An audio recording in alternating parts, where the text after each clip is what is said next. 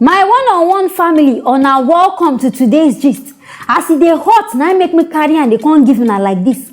I hear say our Buhari government, they don dey plan to close channels television and they plan to arrest the journalists who even dey in charge of these programs. And I go dey wonder say, wetin really happen when they warrant this whole arrest and everything? And I remember when Governor of Benue State, Samuel Ortom, go do one interview, they talk say our president na be the worst. And say this man won't fulanize Nigeria. Now this one and I don't they cause begil. Because it be like a small truth they inside this one. Because of this one, our government people, they don't even arrange. Say that they make plans to go arrest this man. As it be, for those of now who know watch this video of waiting this man talk, and they give another opportunity, make now follow me watch. But because I think Mr. President is pushing me to think that what they say about him, that he has a hidden agenda in this country, it is true, because it is very clear that he wants to Fulanize. But he is not the first person who was Fulani president. Shagari was Fulani president. Yaradua was Fulani president. They were the best president in the history. But President Buhari is the worst president when it comes to issues of security and keeping his promises.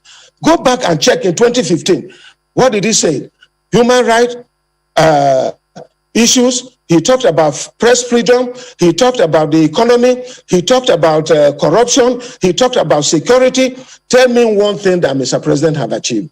He has achieved some level of development in other sectors. But truly, these prominent things that is a concern to Nigerians and we're all worried. Tell me where Mr. President have come out to address this matter. Is this corruption? We are worse in the history of this country.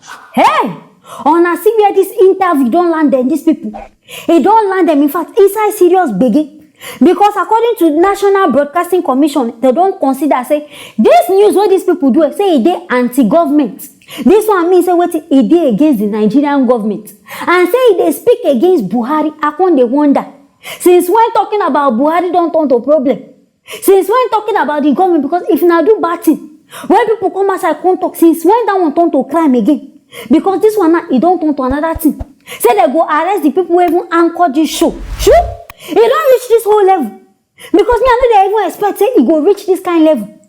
But if say no be say corruption they inside this Nigeria, person will talk this thing, the governor will talk on and no go arrest them. On and no even reason and go inside say okay, make we go arrest this man, make we go carry and go court. Say the thing we ain't talking no good. No. They call the first people will be saying that their own work they do.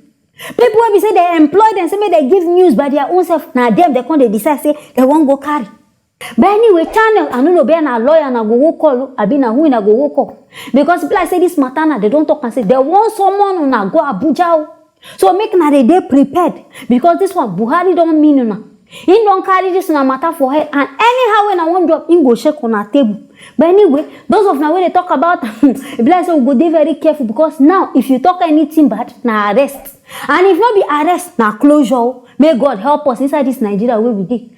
My people, now here I go end this matter. If you not get anything to talk about them, make na write them inside the comment section. Make na stay tuned for the next video.